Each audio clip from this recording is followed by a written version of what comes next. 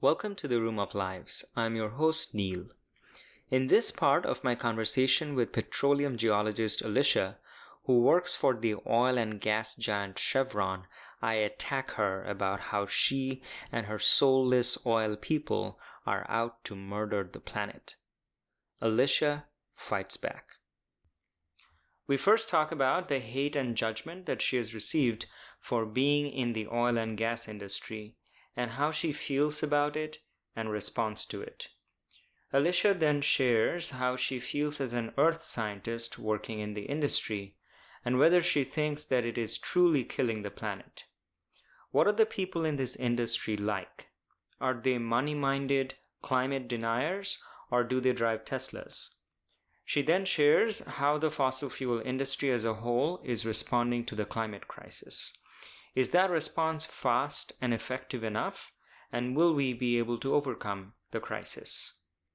We then discuss whether the responsibility of treating the planet better lies with the consumer or with big corporations and government.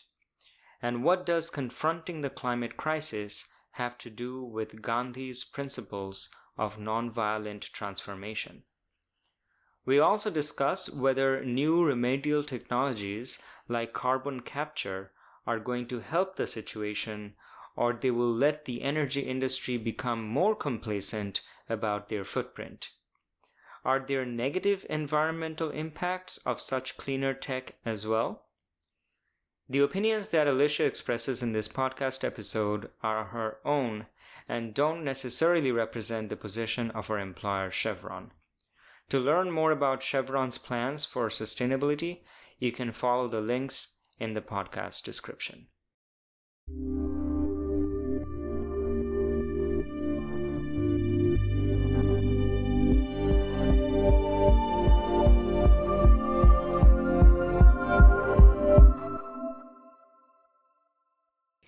So you said that you have experienced a lot of judgment from a lot of people about the fact that you're in the oil industry and it's destroying the planet. Yeah, I've definitely experienced some, and it was really interesting because the perception of it, I noticed it kind of even went more so negative during the pandemic. It was like, yeah, everybody hates oil and gas like before the pandemic, but during the pandemic, there was like a real movement around it at that time. And so I felt the negative feelings that people had toward the industry get stronger during the pandemic, which was interesting. Because then by the time I started my job, it was like, whoa, like people hate us, you know? And I'd come across people who went to school at mines, and like in one instance, she was like in environmental engineering. She's like, yeah, my whole goal is to put you guys out of business, you know? So you come across people who really adamantly are opposed to the industry. But you don't feel like that yourself? I personally don't feel that way, no. Why is that? You don't think that the oil and gas industry is contributing to the destruction of the planet? I think that it is, but I think to chastise the industry in general, I'm totally for the transition from fossil fuel-based energy system to a more renewable, lower carbon energy system. I think that has to happen. Mm-hmm. But I think demonizing the industry is not the productive way to do that. And people will demonize it. Like, I didn't fully understand the industry until I started working at an oil and gas company. Like, I was kind of against. I just thought oil and gas is kind of this like stuffy place to be from kind of a work perspective, like thinking, oh, as a geophysicist, I don't want to work in oil and gas. It seems not interesting to me. Turns out, I think for a geologist, for a geophysicist, you're solving some of the most interesting problems that you could be doing for a job. Like that's where the hardest, most challenging, interesting geologic problems that also make you money while you're solving them come from, I think, that industry. There are other industries where I'm sure that's the case, but I find the actual geologic problems underlying it so interesting. And that's really why I work in the oil and gas industry. Like, yeah. And I do recognize that there is a kind of double standard in just demonizing the oil and gas industry and then getting your car to go to a protest. Because you are the consumer. Mm-hmm. How do you You're want the oil and protesting. gas, but then you're focusing the hatred towards the people who get it out of the ground. And we're supplying your consumption. Yeah. And some people don't connect the plastic dot to the fact that plastic comes from petroleum products. Mm-hmm. Plastic, we're not just oil and gas that you put in your car. There's so many, petrochemicals is such a huge industry, and people don't realize the extent to which, they use oil and gas and petroleum products in their daily lives. And I'm the first to pack up my recycling and take it to the recycling center because we don't have recycling in this building. And I get on my brother about using any just blatantly wasteful things or wasteful uses of plastic. I'm the first to say I'm not propping up the plastics industry, but the reason it exists is because people consume so much of it. Mm-hmm. And so they don't make the connection with how petroleum products function in their daily lives with this thing that they're demonizing. Yeah. So, how you said that the reason that the plastics exist is because, people consume it. I have tried to make this point somewhat heatedly with my friends who, I'm like, you have a lot of responsibility in changing the world. You can't keep blaming big corporations when you are being so callous in your patterns of consumption and you're not insisting that your own carbon footprint be low. With the pushback that I have received from them, and I feel like the most charitable interpretation of that I can make is the rules are kind of being set by these big corporations and the way that the government works. A lot of the ways in which you go about your lives, you don't have too many options than to use oil or to use plastic packaging. It's not so simple as saying if you don't have, if all you have in front of you are plastic-based products, you don't have any choice. Yeah. And it's like the same thing with organic, local grown foods. It's like if that's not made available to you or the barrier to entry, it's so expensive, it's so hard to get. And you have to, it does need to be widely available to you to make that decision. So that's where the sentiment comes in that no, the onus of responsibility is more with these big companies and the government. No, obviously the answer is in the middle. It's a two-way street. So so the way that I see it is there has to be a lot of political will with the governments and these companies to try and shift to more healthy things. Like, for example, I don't know, I feel like the government should stop subsidizing fossil fuel and start channeling that money into giving capital to renewable energy companies and things like that to start accelerating the transition. And then, they should probably make some more strict rules about big corporations not being able to use disposable plastic. Like some Scandinavian countries have already done that. Once you introduce global top-down regulations like that, automatically it percolates down to the point where the consumer goes to the grocery store and they're not going to be inundated with make better plastic choices. It's kind of true that I try to really minimize the harmful impact that I have on. You can't ever get to zero. Yeah, it feels like I'm trying to push back this increasing tidal wave of how the world basically expects me to be. And it's like a battle. It's like a slowly losing battle. Anyway, I'm saying a lot of different things. The point that I wanted to come to was you said it does not help to demonize the oil and gas industry. It does not help the cause, the green cause. What do you think helps?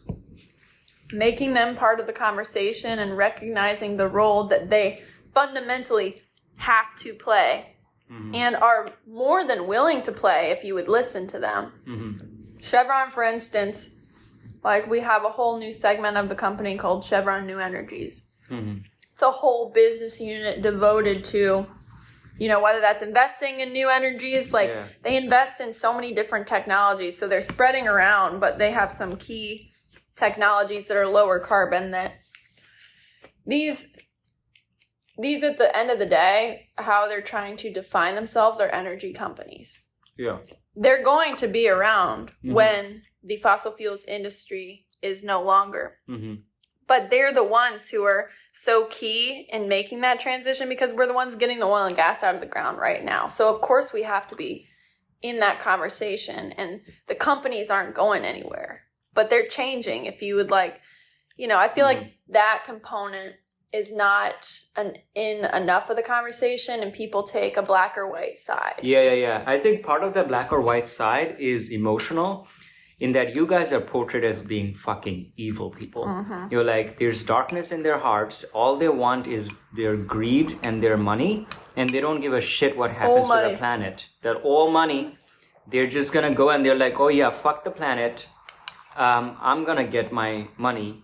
And I'm going to spread disinformation about climate change and stuff, so that I just keep on getting my money and the planet can go to hell. Because as long as I keep on living the rest of my lifetime in my big ivory tower, I'm good. I'm giving you a representation of like my worst image of what the oil and gas people are like. Would you agree that there are people like that, or in your world, or like how are people generally like that, or different, or what is it like? I would say that a lot of people in my company, for instance, are similar to me, where it's like, since we are exposed to it, we recognize, of course, it's like when you interact with most people who are demonizing you, there are those people with a quick jerk to be on the other side, like the quick jerk reaction to be completely on the other side and like take that emotional response of like, oh, you're so stupid, like, you don't see the whole thing. Now, I don't think that people look at it as like I think some people work for the money. There are people like that in every industry. But I think people in oil and gas really recognize the fuller picture, because it is more apparent to them the function that it plays. So, I don't think that there's people like that in any industry where it's like that. Like, oh, I don't care what happens. I'm doing this for me. But one thought that I had is like, by the time that we recognized the environmental impact that oil and gas was having on the world, the fundamental energy system was already in place by the time that we recognized that. And then by the time that enough people started caring about it and connecting it to fossil fuels, like, we're so well established. So the intent behind the industry was to drive progress forward, because we were the way that we provided, like, we were back in, like the Industrial Revolution, like, we are part of the reason why we have the standard of living that we have today in our country. And other countries, like, part of this conversation is, well, we can't, get rid of carbon intensive energy sources completely, because there's parts of the world where it's like, we need to uplift them by giving them access to affordable energy to get them, to advance them forward in their standard of living. So I think it's interesting, because the concept of the industry itself was never greed driven, or never, we didn't always have the recognition of the impact that our industry was having on the planet. It wasn't until much later. So it wasn't founded in this recognition that this is evil, but I'm going to do it anyway. The recognition came later, and by then the system was already so much in place. Yeah, that's true. And so from what I hear when the climate scientists speak and everything, we are kind of fucked. Like, we are really, this is like doomsday. Like, we are very close to getting to the point where it's like just going to go to total extinction or something like that. It just, the picture that you get when you talk to climate scientists is dire. So given that it's like a really kind of like a very urgent situation, do you feel like the initiatives that you're seeing in a company like Chevron is adequate? Like, are they moving forward with enough urgency to try and get out of oil and towards more renewable things? So the first thing I would say is Chevron is a business, as are all the other energy companies. And so if there wasn't some sort of business value, yes, we're people, we have ethical principles, and like that's part of it. Mm-hmm. But business is always factored into the equation. So we're not like a government where we are going to just, it's like quick moving, let's all move behind this.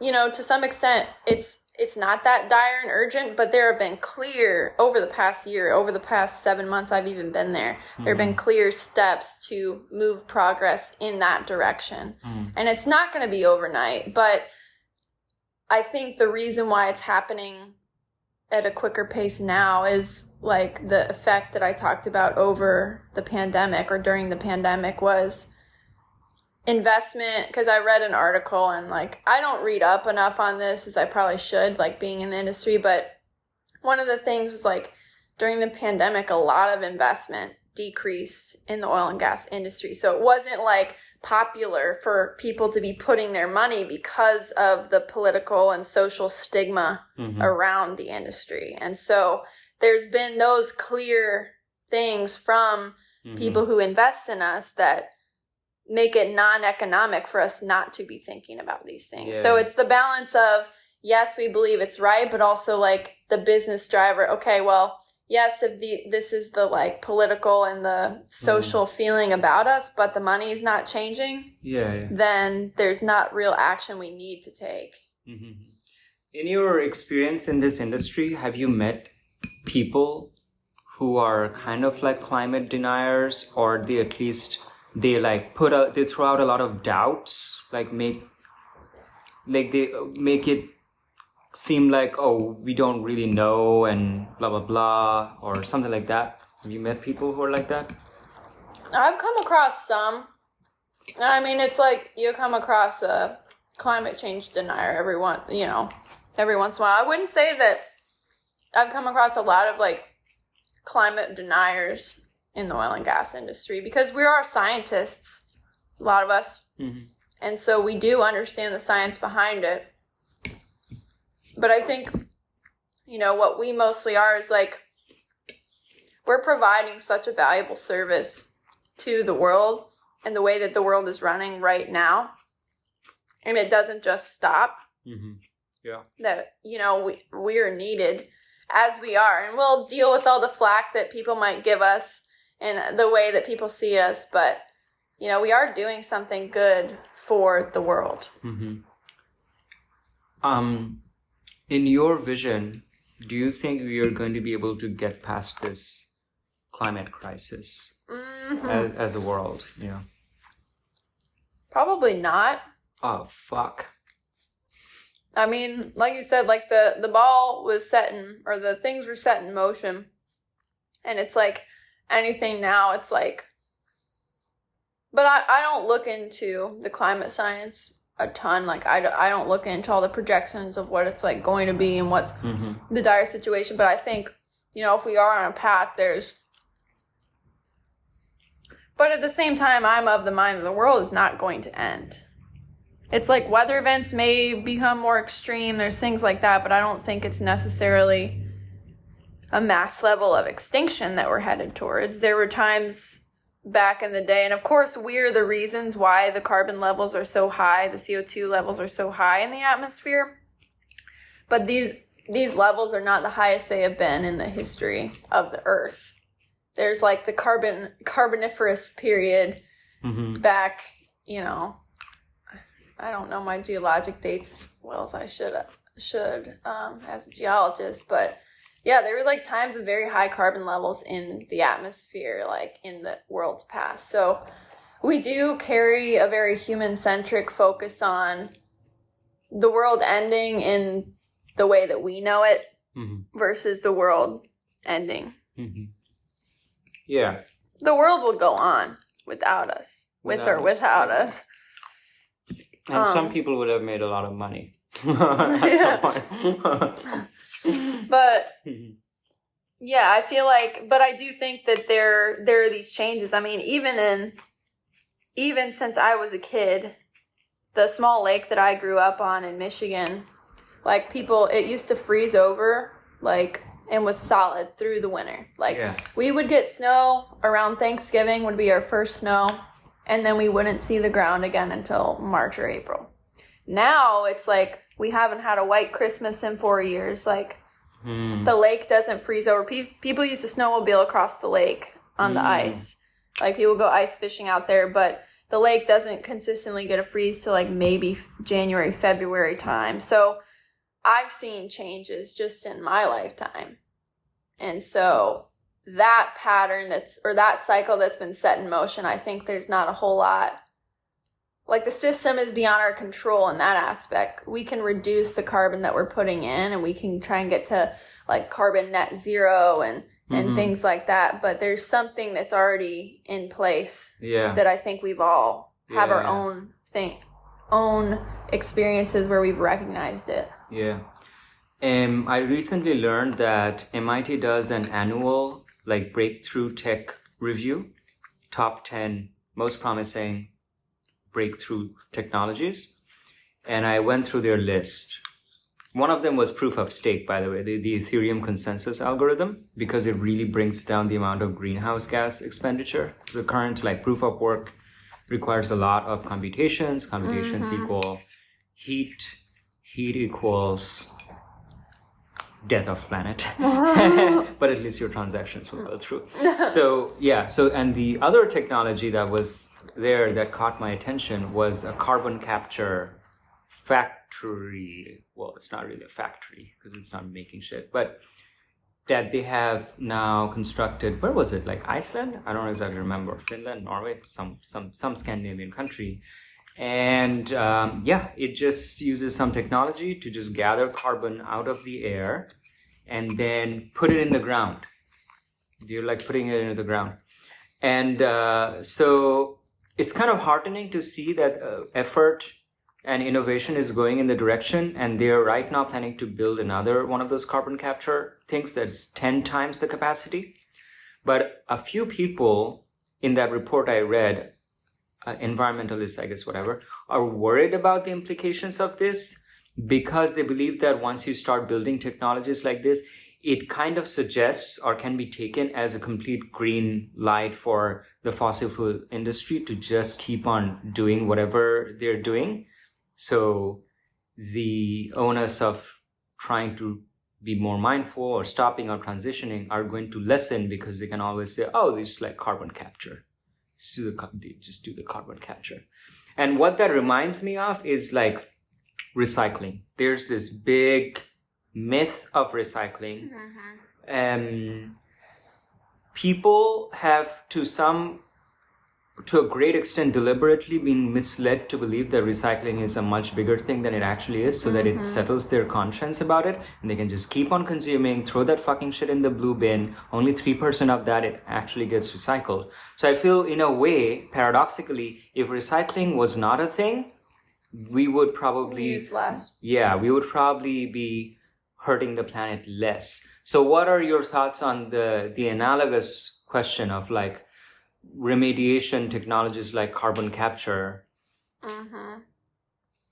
Yeah, I hadn't thought of it in that way, but carbon capture, that's something that is like a key part of our companies and I think our industry's approach to getting carbon neutral. So the way I'd say right now, the way that the government is approaching it in terms of the regulations on our companies or the commitments that our companies have made is net zero. So any carbon that we're producing in our operations, we're offsetting it. You know, we have to have enough. This is already or a future commitment? It's a future commitment by like, you know, every company's got their like, by this date, we're going to be net zero or like, but. And are they serious about this or they just say something in order to just keep on going business as usual? Lower carbon is like a fundamental, like key company strategy for Chevron. And whether that strategy was driven out of a political climate versus out of the good of their hearts, it's a strategy. It's a key strategy. And that's what it takes. It takes a collective, you know, the funneling up that sentiment to make those impacts. And it really has.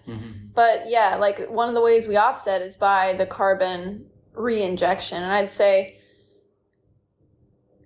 the ball is in motion. We are moving toward the renewable energy direction. Yeah, because people but say... we need the carbon. We need it's part of the solution. Anyway, but what people are trying to point out is instead of trying to go in a direction where we keep releasing carbon and keep recapturing carbon, a better, and I believe this too, in my limited understanding, is that a more wholesome way is to just transition away from the processes that are releasing the carbon out in the atmosphere in the first place.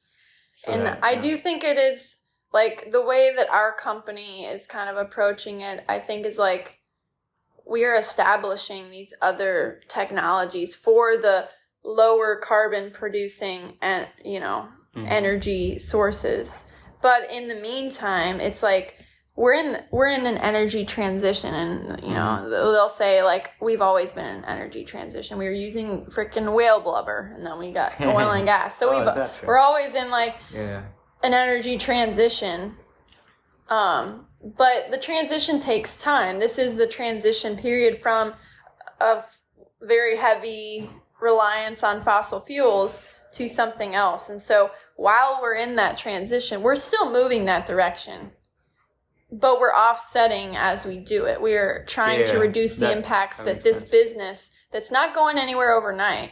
We will be producing oil and gas until the time that I die. Yeah. You don't think so? It's not. There's still going to be oil and gas. Oh yeah, I think so. I do with think Chevron, so. I understand in the rest of the world there could still be, but yeah, I think so. You think Chevron is still going to be in the oil and gas to the day that you die? Yes. Yeah. Okay. I think that some component of the business, I think it'll be a much smaller component of the business. But yeah, I think the carbon capture piece is like, okay, we're still doing this stuff right now, and we can't stop it overnight. And if we could, if the daily consumer could do it with the sentiment that's out there right now, a lot of people would stop. Yeah. But we don't have that option right now. We don't have that ability. So, like, even just our company making those commitments, no matter why they're making them, like, that is progress to me. Yeah. Like, I see, and that's why I see us as so critical and crucial and part of this conversation. And yeah, it's like, if you don't include, like, the evil demon in the conversation and you're just like, kill him off, kill him off. It just becomes like an echo chamber in which you're just bouncing around the same idea and keeps getting amplified because there's nobody else's voice. Your opposition's voice is not in the room to temper what's actually going on.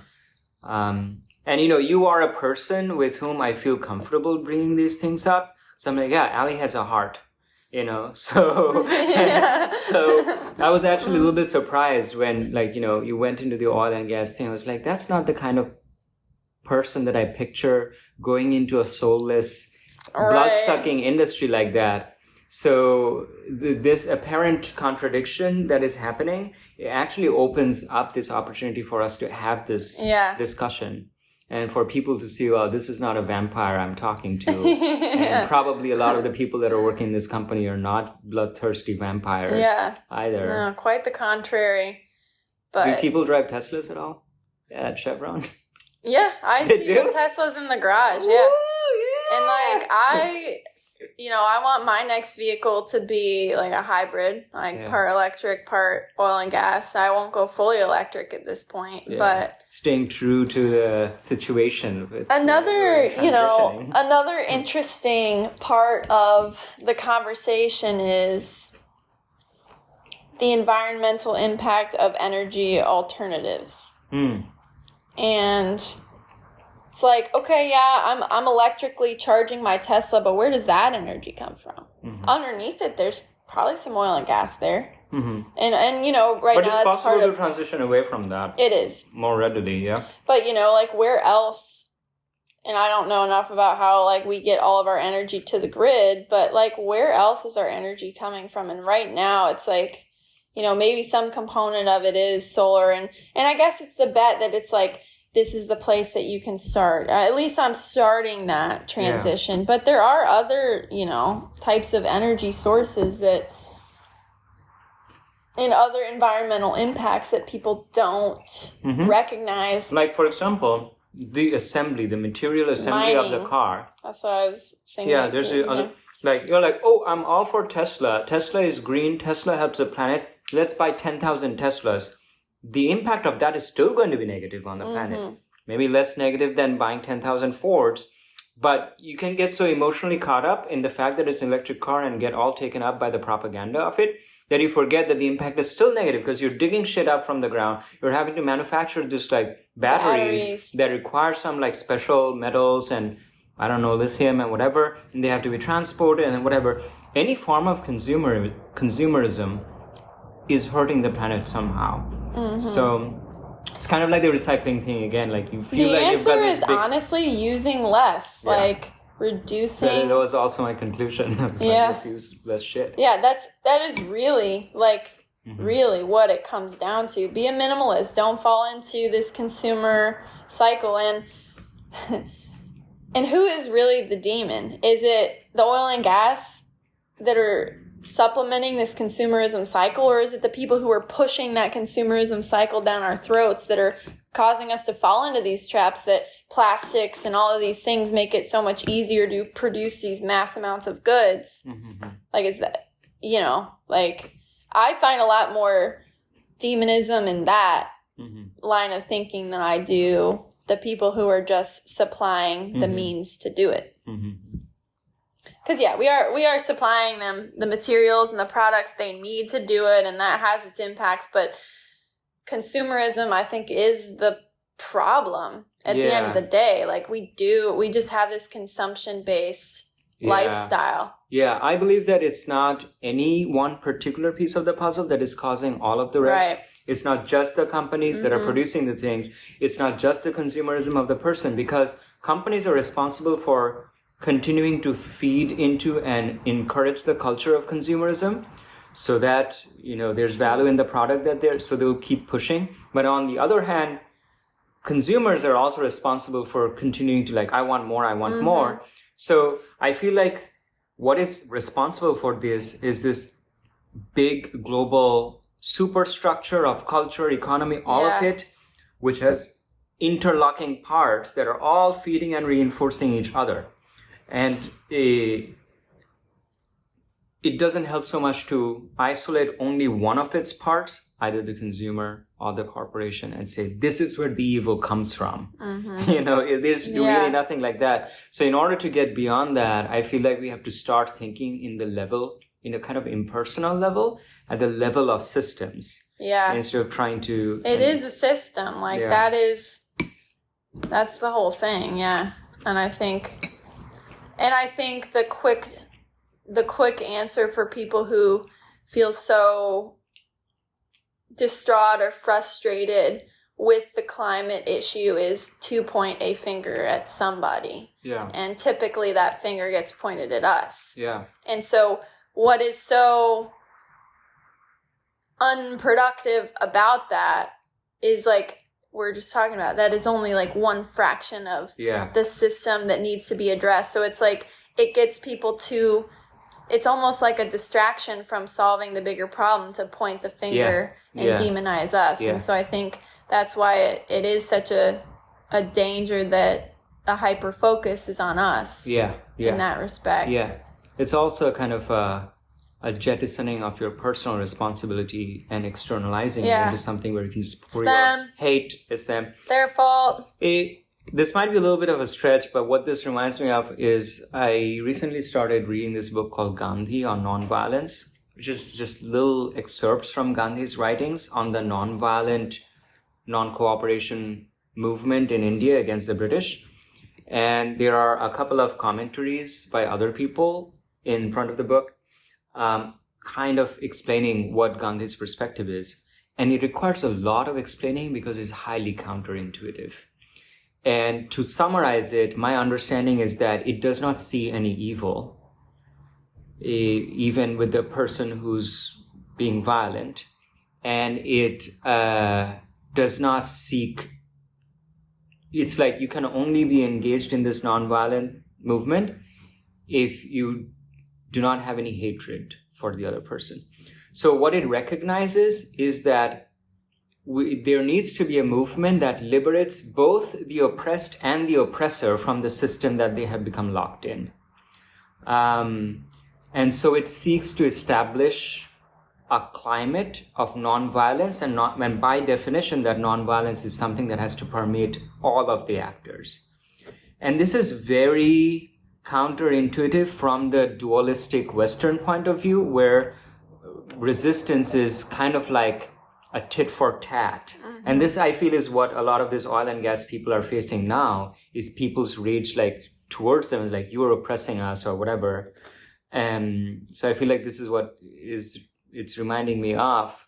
And I think there are elements of this like nonviolence movement that actually overlap with the situation that we're seeing with the climate, because it's about power.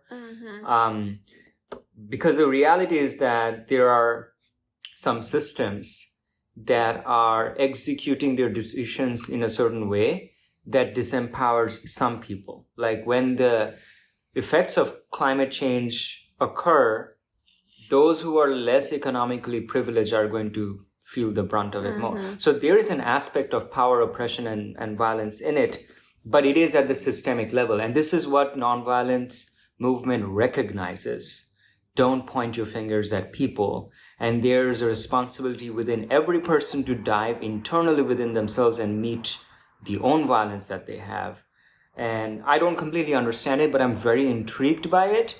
That's why I'm starting to read about this. It's fucking with my head to try and wrap my brain around it. And I feel a lot of internal resistance. Western people also have a lot of resistance to this idea of nonviolence, because it's like you have to give up your ego. And people do not, people see like no connection between a resistance or rebellion and giving up your ego. That's such a counterintuitive idea.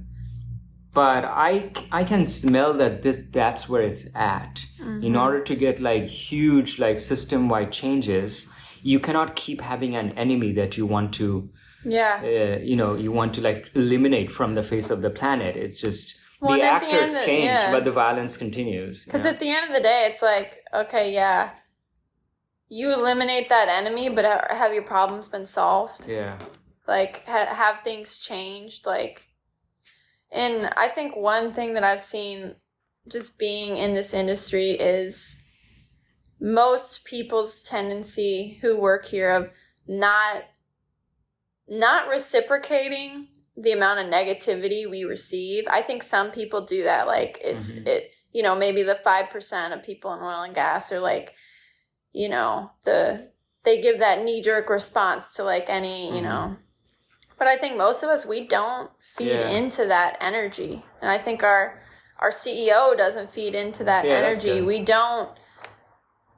We accept so much of that negative that comes at our industry, but we go out and we put, we show people what we're doing. And like we, at the end of the day, as a company, we understand our company values and the value in the service that we're providing. So we don't feed into that negative energy. So I think that's a really positive thing, is like, it could be easy to like put our face onto the world as one as combative and like in response to all the negative perception and things that people give to us. But we don't do that. We kind of just let it roll off our backs a little bit. Like, that's how I treat it, and that's how I think most of the people at the company treat it. And, we have discussions like this at the company with coworkers about how people perceive us and this and that. But yeah, it's like to a large extent, we don't contribute to that negative energy. We don't give a lot of negative energy in response to the amount that we get. Which I think that's saying a lot, because we do get quite a lot of negative energy from the world. Yeah. I'm glad you joined us today in the Room of Lives. In the next and final part of our conversation, we talk about Alicia's boyish energy and her experiences and thoughts on feminism, patriarchy, gender roles, and self-empowerment in her romantic relationships, work, and life.